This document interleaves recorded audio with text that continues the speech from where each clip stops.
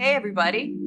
Thanks for tuning in to the Hanging On to Hope podcast. I'm Brenda J. And I'm Karen Wonder. And we are HangingOnToHope.org.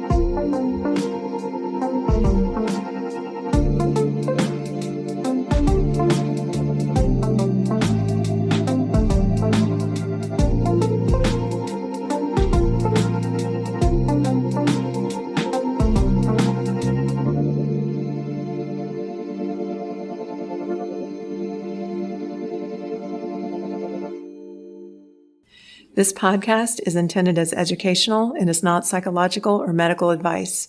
Always consult a professional when needed, and we disclaim any liability in connection with the instruction, information, or advice given. Oh, we have we're not going to critic. live that way, are we? No, we're not. And not only that, but sometimes out of nervousness, it's a defense mechanism. Right. And so we have to honor that, as people and just say, these black and white rules and requirements that we have for everybody, they just don't work as a complete blanket statement. So in other words, if you're laughing, I'm going to just say, well, either you're just a happy person or you found light in the subject or you're super nervous and that's where your protector's showing up. I like that. I might throw that in the podcast somewhere. I would. Yeah, we got to start, there's a lot of criticism for laughter. I know that because that's what used to get me in trouble all the time. When I got nervous, I would start laughing. Me too. I do it a lot. I still do it. I think everyone does that. It's like you said, it's like a coping mechanism.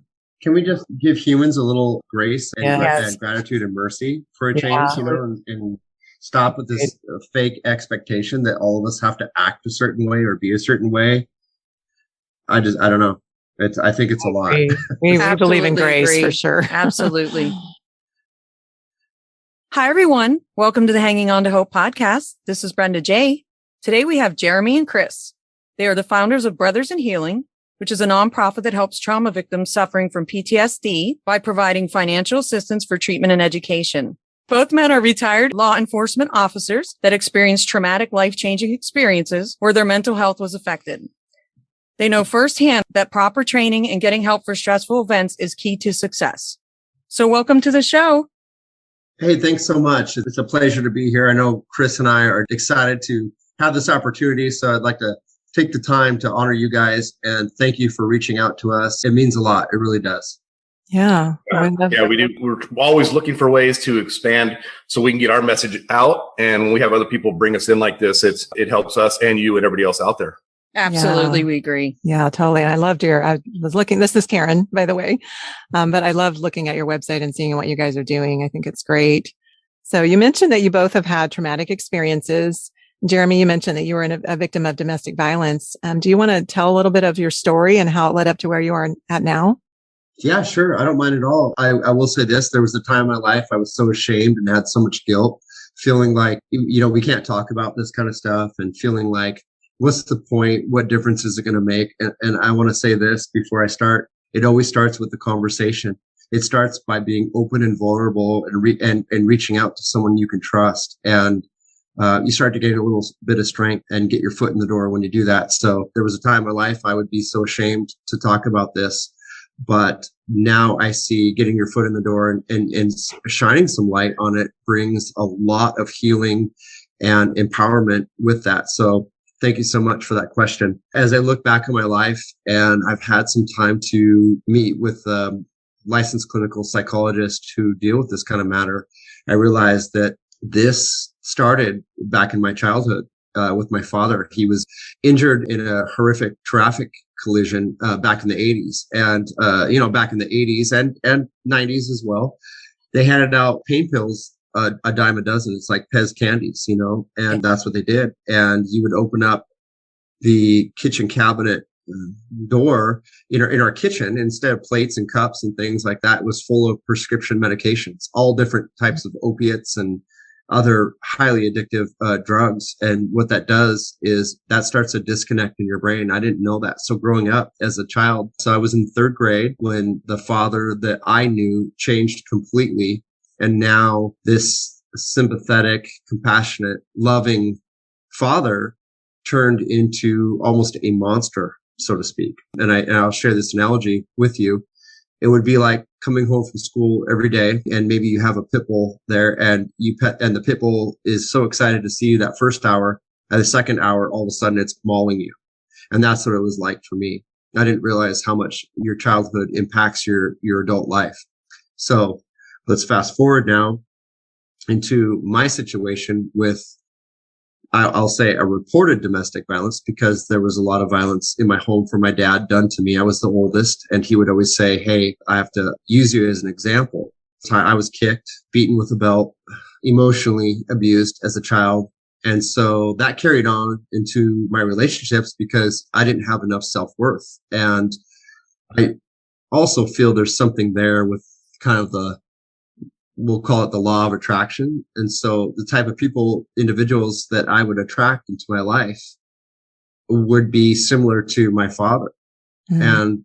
And so I realize that now, because it's so easy though. I'm sitting here telling you, I realize that now. It's so easy to connect the dots looking back. Yeah. But when you're in it, those dots just don't connect. You don't know. Right. They do not connect. No. Yes, exactly. And so I didn't realize that. And so I wanted to bring that up just so I could share that with your audience. There's no guilt and shame to be felt because of that. It's programming and brainwashing that took place that you're not even aware of. And so give yourself some grace and mercy. Don't beat yourself up for it like I did for many, many years. But anyway, I ended up getting married, and I was a police officer at the time, and I loved helping other people. And I noticed that too, that when I would go to domestic violence related calls, which by the way, is one of the number one calls that we get. It's all day, every day, sometimes, multiple times during the day. There's always some kind of domestic violence call that we're getting.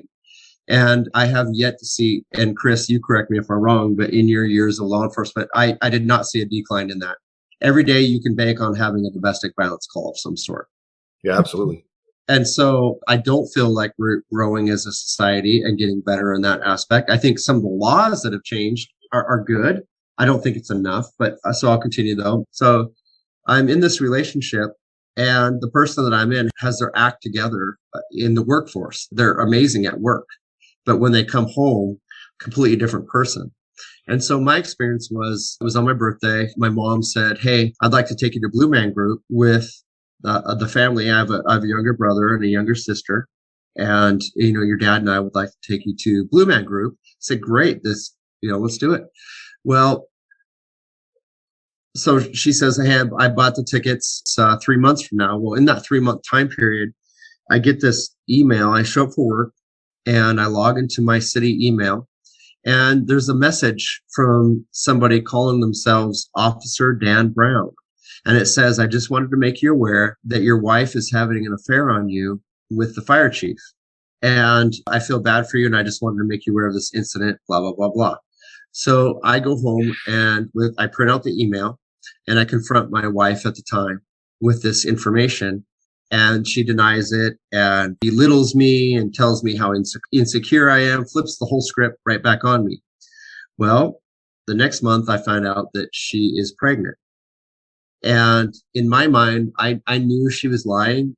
I just didn't have the strength, time to kind of dive into it and dig further. And I didn't have, my self-esteem at that time was eroded, and I didn't feel like I was getting the truth from her. And I wasn't. I trusted my gut on that. And I wasn't sure if the child that she had was mine or not, or this person she was having an affair with. So now we show up to this event, and on the way to the event, she said, oh, by the way, so since I can't drink, you're not going to drink tonight either. And I arrived at the Outback Steakhouse to meet my family, and my mom says, son, I'd like to buy you a birthday drink. And I said, sure, let's do it. And so I decided that I wasn't going to be controlled, is the way I saw it. And I decided to have that beer. So I had one beer, and that set her off. And how could I do this and this, that, and the other? And it turned into a bigger issue than what needed to be. And we finished dinner. We arrived at the event center to sit down, and my brother jokingly sat in a seat. We all start following, you know how tight arenas can be. And so, you just single file, you go through line. He pushed back and then sat between my wife and I at the time. And I think I look back now and I think it was a way of him jokingly saying, hey, let's separate. Let's try to have a good night tonight, kind of thing. I don't want this kind of drama. Well, that set her off. She stood up, punched me in the chest, and took off. And my entire family is looking at me in disbelief, like, what? And following the event, my mom says, hey, I don't think you should go home. And I said, no, I'm going to. I just want to sleep in my own bed. And I arrived home, and that's when the real argument started. And she ended up putting her hands around my neck and choking me while I stood at the base of the steps. And I remember feeling so defeated emotionally. And I was raised, you never hit female. And I was raised too that you basically, you just take it and never take a stand for yourself. And I just sat there, and I'll never forget the feeling of me starting to lose consciousness and just saying, I don't even care anymore. I've been beat down mentally so bad. I don't even want to defend myself at any point in time. She ended up letting go of my throat, and I had marks around my neck. And of course, I felt like a hypocrite because I'm a police officer, and I have tried to empower anybody who was the victim of domestic violence to take a stand and do what's right. And all this guilt and shame poured into my soul at that moment in time, because here I'm out telling everybody what they should do. You should do this, you should do that, and I can't even do it. Mm. And I just remember how low I felt and how I felt inside. And I slept in a different room, and I locked the door, and she kicked the door in. I'm a small town country boy, so I love my dogs. I love dogs. I feel like they're very so loyal and faithful, and I just love that about them. And I took my yellow lab in the room with me and slept with him in the bed. And she kicked in the door, ripped the sheets off of me, grabbed the dog by his hind legs, ripped him out of my arms. And, she didn't want to allow me to have that comfort, and grabbed the sheets off the bed and took them in with her, the sheets and the dog. And I just didn't want to engage at all. Of course, I feared for my job as well. What's this going to look like? How is this going to look? I had all these different thoughts of how I'd be perceived and this, that, and the other. And I remember I slept that night the best I could on just that top sheet with no covers, and curled up thinking, how did this happen? And I couldn't help but think back to my childhood while this was going on, about some of the things that I also dealt with my own father, and the abuse, which would be very similar to what I was enduring at this moment in time. Right.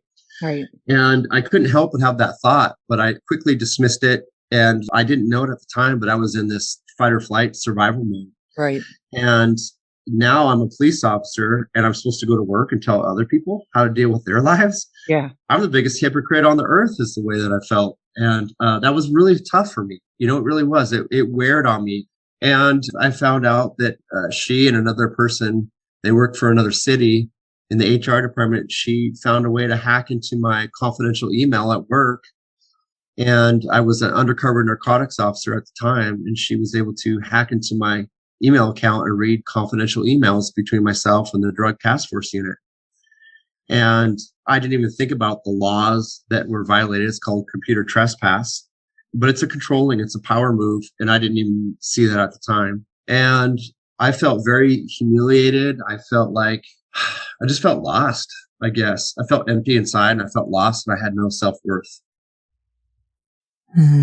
Yeah, we're having more and more people, men, speak up, and thank you so much for speaking up. Yeah, because I'm sure there's a lot more out there that can relate. It has nothing. Abuse has nothing to do with right. gender or race, anything. It's just the person's either they're abusive or they're not. Right. Well, it's like you grew up with that, so I think we don't realize it at the time, but we're comfortable with what we're familiar with. That is, you nailed it. And I want to share this with you. And I know I said this prior, but evil doesn't know boundaries. Right. Yeah. Right. Evil is evil, period. It doesn't care about skin color or male, female, or whatever. Evil is evil. It doesn't know boundaries. It doesn't play by rules. No, not at all. Absolutely. And you're 100%. And I know that there was numerous domestic violence calls I would go on where the guy just refused to say anything because of the perception that was out there. And, it's hard. It's difficult to talk about. I'll share this with you now. Looking back, I am grateful that I had to go through that, because I was a very compassionate police officer when I showed up to handle domestic violence calls, because I had firsthand experience what it was like. Yeah. And I know what it's like to try to pick yourself up off the floor when you don't feel like you can reach out, and you don't feel like you have help, and you don't feel like you have the support system. Because a lot of these families, the victims come from families that are, there's a lot of domestic related issues in the family, and you said something, you just feel like it's kind of normal. Like, yeah. What a lot of people don't understand is why you don't fight back. Like, I never fought back either. I wasn't a fighter. I just didn't. And everyone's like, how could you just let him beat you up like that? And now you're telling your story, and I'm like, wow, like you didn't do anything either, which is just very shocking to me. Nope, I didn't do a thing. In fact, the only thing I did was I told a coworker of mine, and I was like, look, I just have to get this off my chest. This is what happened. He went and told my supervisor, and my supervisor pulled me into the office on duty and said, I saw you at the Blue Man Group. Are you telling me that when my wife and I saw you and we shook hands at the end of the show that all this had transpired? I said, yes, I am. He said, I have to make a report by law. And I was like, it dawned on me he was right. Yeah. I didn't even file the report. That's how much hypocritical thinking went on in my mind is, oh my gosh, I didn't even take a stand for myself.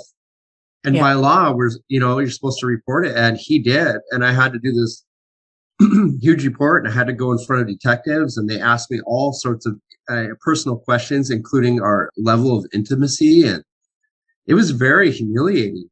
Yeah. And these records, I know for a fact, they're open to the public. It's a public disclosure request, Yeah. And I think when you're dealing with abusive people like that, you get to the point in a long relationship like that, and in a marriage, I just didn't have any fight left in me. I didn't have any. Yeah. I just, I love the fact you brought that up, because that's a point that I forgot to touch on. Is I would go to work, deal a 12-hour shift, 3 on 3 off, go to work, deal with everybody else's chaos, come home exhausted. And I didn't have any fight left in me. Right. I didn't want to fight at home. I just wanted peace in my own home. That's all I wanted. Right. Even if that meant sacrificing my own soul for that, that's how bad I wanted. And I also learned that behavior because as a kid, you don't stand up to a parent who's super abusive. You just kind of learn to take it, and you learn to internalize things and hide your emotions. And that's actually, something that I want to share with your audience is that's very common that you do. And you don't have to beat yourself up for that. It's just a protector showing up. It's your taker protector that says, I can take and take and take. And it also makes you very resilient and unhealthy. Yeah, definitely. So your story is what led you up to where you're at now. Well, what it did for me is it opened my eyes to realize that, hey, trauma happens for everybody. Nobody's immune to it. Nobody, just because you're a police officer or a first responder doesn't mean that you can't suffer. And half the time, not speaking out is because what I learned about myself is I didn't have enough self-worth to speak up. Yeah. I just took it. Mm-hmm. But as I went into counseling and as I started to gain a little strength, she would tell me things like, oh, you're going to divorce me? Who's going to want you? Nobody wants somebody that's having a kid. You're going to be a horrible father. Wow. This is the message that would get pounded into my head. Mm-hmm. And I started to believe it. You know why? Because I didn't have enough self-worth to put up that shield. Yeah. We are sorry that you had to deal with that. We're very sorry. Thank you so much for your compassion. It means a lot. It really does. Looking back, I can look back now because I'm very strong now, and I will never be treated like that again. I just refuse. Right. That's where I'm at too. Right. Yeah. Well, I'll tell you this. Treated. For someone, yep. And I'll tell you this. In life, you get what you tolerate. Right. Yeah. And then God knows what you've been through, I think. Like he's using everything you've been through now to help other people, which is huge. Well, Chris, are you still there? Hi. Oh, is something going on here? Yeah. We just woke you up. from your little nap. I'm sorry. So did you want to tell us a little bit of your story and background? Yeah. So, I was raised as a Navy brat. So I moved around my whole life. So I was in the Navy life, and same thing, I never experienced anything like what you guys are talking about. My dad was a very loving man, and my mom was, very loving. And, when he would go off on his 6-month deployments and come home, and, there'd be nothing better than when he'd get home, because me as a 10-year-old, 11, 12-year-old, at times I was the man of the house. I was the oldest of 5 kids. And when my dad was gone, that's what my mom said. And he's like, he put me in charge, which I learned through counseling was pretty stressful, putting that on your shoulders as a little kid. Yeah. Such a young age. Yeah. And so growing up, I was also, raised, you're not going to cry. If you're going to cry, I'm going to give you something to cry about. That was my dad's favorite line. And so we lived with that forever. You'd fall down or break something, and he'd be like, because there'd be times where I'd have a broken bone, and he's like, it's not broken. We'll see how it feels in the morning. And I had a broken elbow once, and got up in the morning. My mom took me to the hospital, and there you go. Yeah, it was cracked and in a cast now for 3 months. And when he said, I'll give you something to cry about, it really resonated, because that is what happened. And if you weren't bleeding or a bone wasn't sticking out of your skin, then you weren't hurt. And I think that's what kind of led me up to where I'm at, because, nothing is supposed to hurt you as a man. You're not supposed to show emotion in front of anybody, which I never did. I was very good at putting everything in the back of my head, and being, Woody's got this great thing, being fake. He talks about that, like when we do our presentations. And I never looked at myself that way until I heard him talk about it. And we're all fake in a way, because when I was going through this and then living my life and wanting to cry in front of my wife or my kids or my mom or somebody as an adult, I just never did. I would get up and walk away because I was ashamed. And even, I think back now, who didn't cry at Old Yeller? And I laugh now, but we'd sit there and I'd have a pillow over my face because, I didn't want to let my dad down, Right.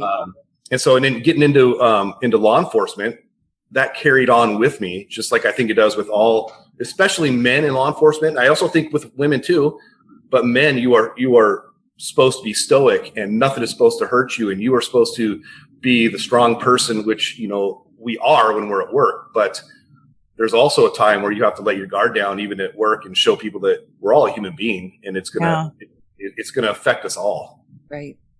Wow.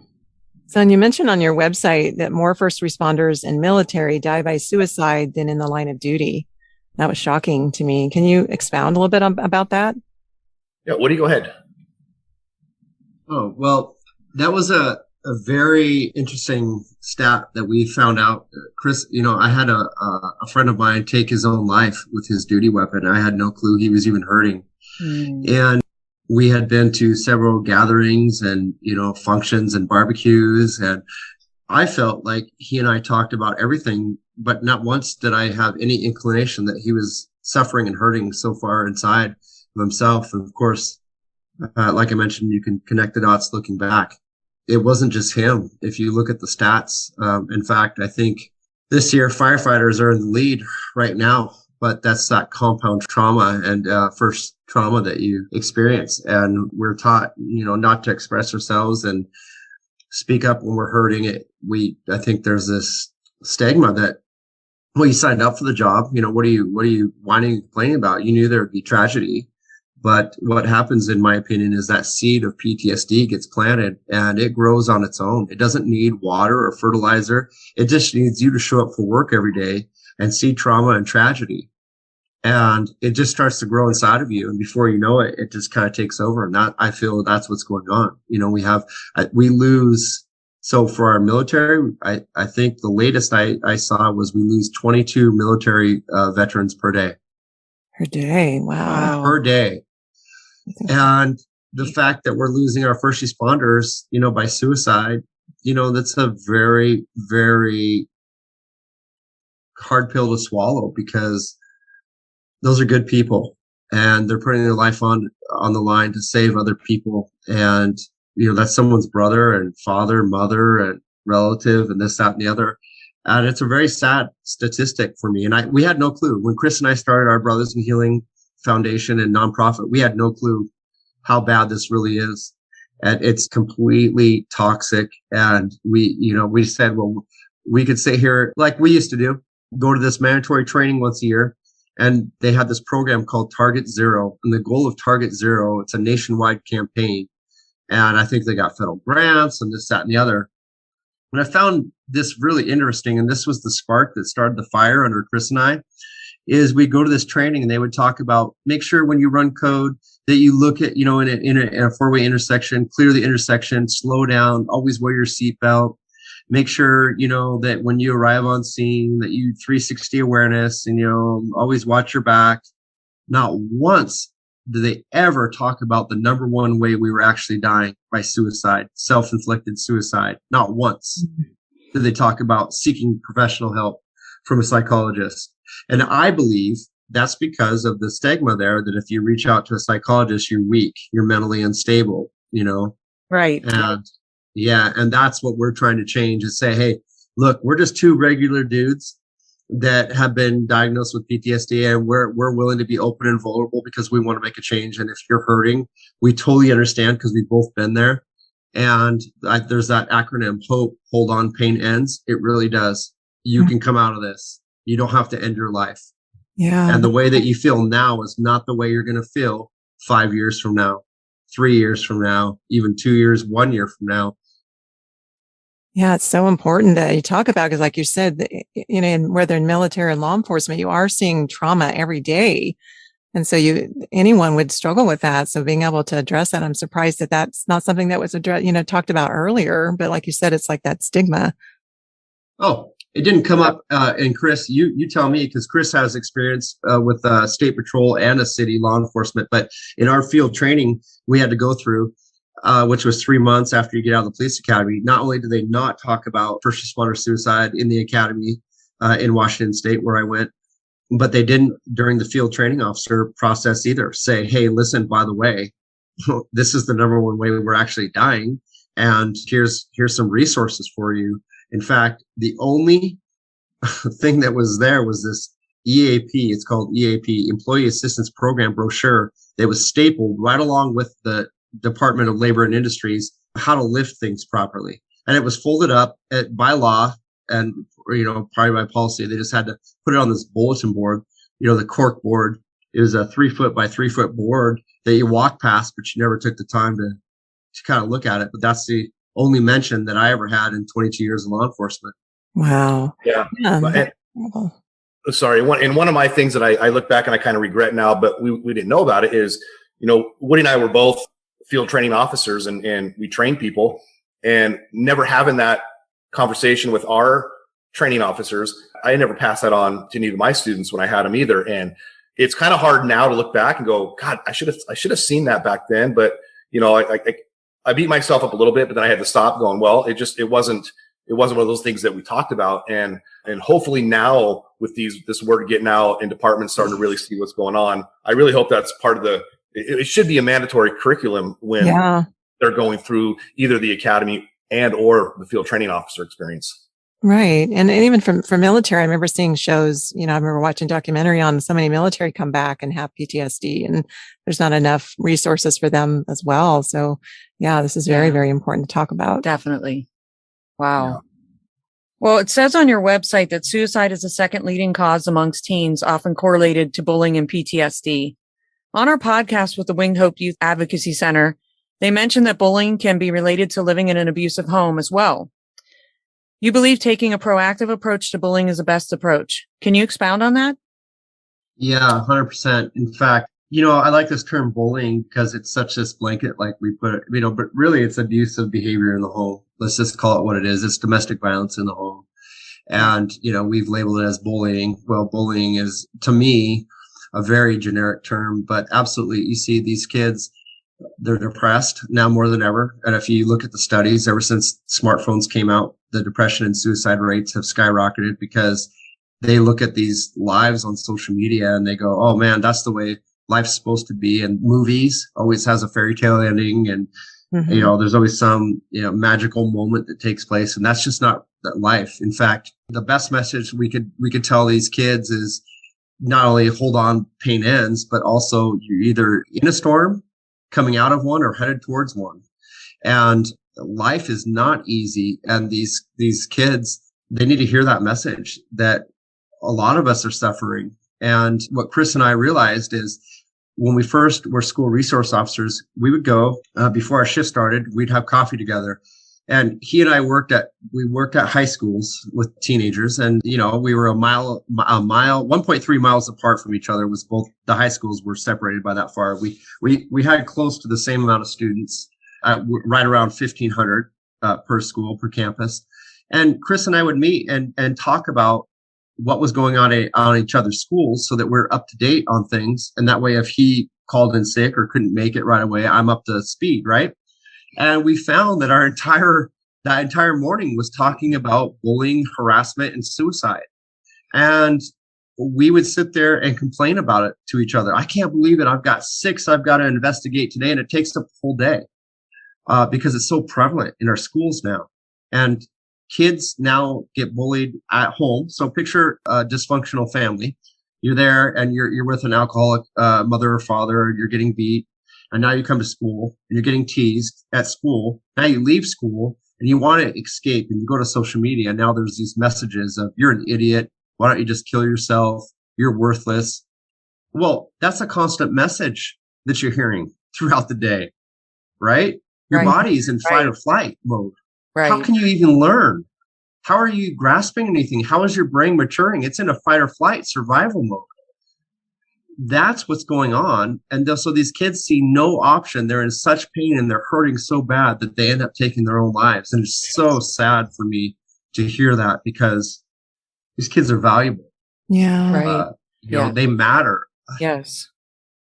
Yeah. I was talking to a coworker the other day and he's pretty young. He's a little bit older than my son. He's 27. And he said, you know, he was talking about just having this dark outlook on life. And he goes, yeah, I grew up with the internet, you know, and yeah, I do think that is so detrimental. It's more damaging than helpful because like what you're saying, they're just seeing these images on social media and, you know, everything looks perfect and no one's posting like the real raw pictures of themselves. You know, it's just this image of perfection that these kids are seeing. That it just breaks my heart.